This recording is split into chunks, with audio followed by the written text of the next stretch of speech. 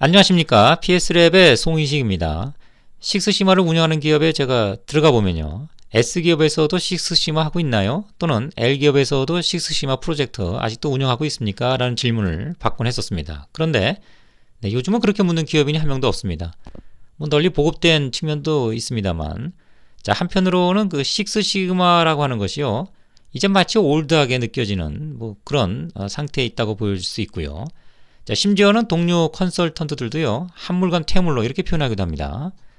자, 상황이 어떻든 간에요, 우리가 그 식스시그마를 한다, 이렇게 하는 말 자체가 올바로 표현하는 것인지 한번 되새겨 볼 필요가 있습니다. 자, 최근 들어 기업들이요, 새로운 방법론 뭐 없습니까? 라고 물어보기도 하고요. 좀 더 구체적으로는 경쟁사 A기업에서 M 혁신 활동하고 있다던데, 자, 그와 같은 정보 좀 얻을 수 없을까요? 이렇게 문의하기도 합니다. 자, 이와 같은 그 사항을 좀 보면 포스트 식스시마라고 그러죠. 식스시마 이후에 대한 어떤 명확한 대안이 아직 마련되지 않은 것으로 이렇게 아는 그 방증이라고 볼 수가 있겠습니다. 과연 그 식스시마 이후에 뭔가가 있다면 그게 뭘까요? 또는 식스시마 혁신활동 우리가 정말로 완성한 걸까요? 아니면 가다가 중단된 걸까요? 또는 과거부터 지금까지 기업에서 일어났던 경영혁신 활동이 유일하게 식스시마가 대표적인 것이다 이렇게 말을 할 수 있을까요? 네, 여러 가지 좀 의문이 생길 수 있습니다. 자, 본 문제 해결 톡 특강은요, 이와 같은 현재의 상황을 좀 해석을 해보고 진단해보고 또 대안을 공유하기 위해서 총 4회에 걸쳐서 좀 마련됐고요. 관련된 그 자세한 거 커리큘럼이 또 있습니다. 또 세부적인 내용들, 이와 같은 사항들은 저희 그 홈페이지에 자세히 소개되고 있으니까 필요한 분들은 참조하시기 바랍니다. 자, 이번은 그 톡 1강으로요.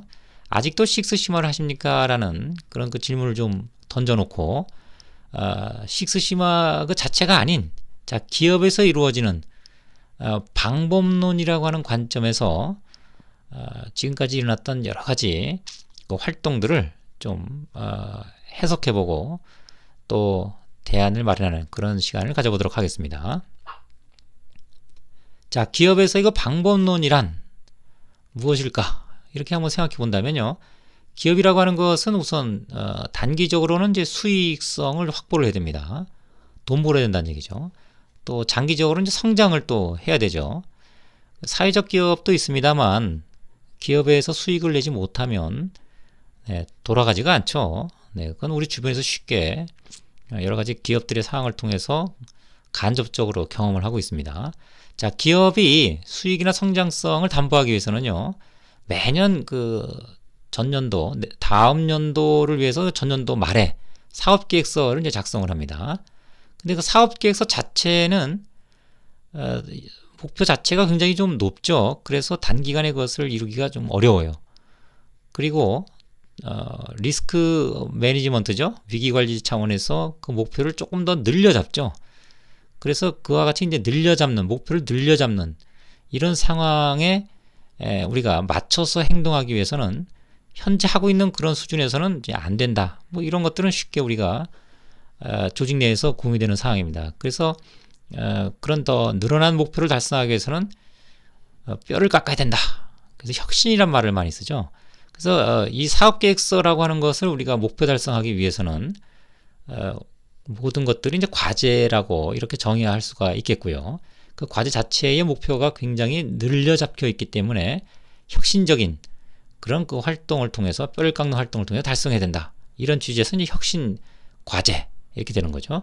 그래서 사업계획서를 달성하기 위한 여러 가지 모든 활동들을 과제로 정의하면 초창기 때 이제 과제 선정이라고 하는 이런 기본적인 활동이 이루어지고요. 과제가 이제 선정이 되면 그것이 이제 실적이 나오죠. 그 실적이라고 하는 것은 바로 재무제표, 재무상태표의 그 손익계산서에 이제 올라가게 됩니다. 이익이 어떻게 되느냐? 비용 빼고 경상이익, 순이익 이렇게 해서 이익이 어떻게 되는지를 이제 우리가 확인하게 되죠. 성적표를 받게 됩니다. 그래서 이와 같은 그 늘려잡은 목표를 달성하기 위해서 뼈를 깎는 활동을 거친 다음에 어떤 성과가 난다 그러면 우리 이걸 이제 경영혁신이다 이렇게 얘기할 수가 있다는 얘기입니다. 자, 그런데 이 과제 선정이라고 하는 것과 실적 평가, 이건 바로 우리가 실적으로 연결될 수가 없어요. 과제라고 하는 것의 그 자체가 바로 실적이 나올 수는 없죠. 뭔가 있어야 되는데 그 있어야 되는 것들이 뭐냐? 우리가 통상 얘기하는 뭐 TQC, TPM, TPI 이런 것도 있고요. 또는 식스시그마, 네, 최근 들어 뭐 트리지라든가 또는 파워싱킹, 뭔가 하여간 둘을 연결시킬 수 있는 매개체가 필요합니다. 그냥 이렇게 해갖고는 조직에서 모든 일들이 이루어지지가 않죠. 저항 세력이 생기고 또 불평불만이 많아지고 또는 예상했던 실적이 나올 수가 없고 이런 안 좋은 상황들이 발생할 수 있다는 얘기입니다. 그래서 어려운 것들을 실행시키기 위한 뭔가의 방식, 방법론을 직원들한테 제공해 줘야 되는데 그것을 이제 우리가 보통 문제 해결 방법론이라고 얘기를 하는 거죠. 그래서 담당자들을 소위 이제 리더들을 이제 교육을 시키고 또 거기에 대한 인센티브를 제공해 주고 뭐 여러 가지 정책이나 또는 역량을 높일 수 있는 그런 어떤 사항들을 이제 회사에서 제공을 해주게 되는 거죠. 그래서 어떤 실적이 나오면 그 실적을 객관적으로 평가하고 또 과제 선정이라고 하는 그런 그 중요한 업무를 이제 임원들이 담당하는 뭐 이런 하나의 조직 내에서의 시스템이 이제 완성이 되는 거죠. 이것이 이제 하나의 선순환을 이루게 된다 그러면 기업에서는 상당한 운영 노하우를 확보하게 되는 거고 좋은 실적을 유지하게 될 수가 있겠습니다. 그래서 좀 전에 말씀드린 것처럼 뭘 쓸 거냐, 트위지를 쓸 건지, 파워싱킹을 쓸 건지, TQC를 쓸 건지, TPM을 쓸 것인지 그런 어떤 그 메소돌로지, 문제를 해결하는 과제를 수행하는 방법론을 이용한 경영혁신, 이렇게 우리가 그 회사의 혁신 활동을 표현하게 되는 겁니다. 그래서 트리지를 이용한, 식스시그마를 이용한, TPM을 이용한, TQC를 이용한, 파워싱킹을 이용한, 뭐를 이용한 실적을 내기 위한 어려운 목표 달성을 추진하게 되는 혁신 활동이 이루어지게 되는 거죠. 따라서 모든 기업은 바로 이 문제 해결 방법론이라고 하는 것이 구체화돼서 운영이 되고 있어야 된다. 그렇지 않으면 리더 또는 실무자, 담당자 개개인의 역량이 이제 맡겨져야 된다는 것인데 그것은 이미 조직이 아니죠. 자, 그래서 이 강의를 듣는 분들은 과연 본인의 회사에서 운영하고 있는 공용화된, 공유된 문제 해결 방법론, Problem Solving Methodology가 무엇인지 이것을 한번 생각해 볼 필요가 있고요. 없다면 마련해야 될 필요성이 있다. 뭐 이렇게까지 본 톡 1강의에서 결과를 정리하도록 하겠습니다. 자, 이어지는 톡 2강의를 들으시면 본 내용과 연결되는 또 하나의 정보를 얻게 되겠습니다. 마치겠습니다. 감사합니다.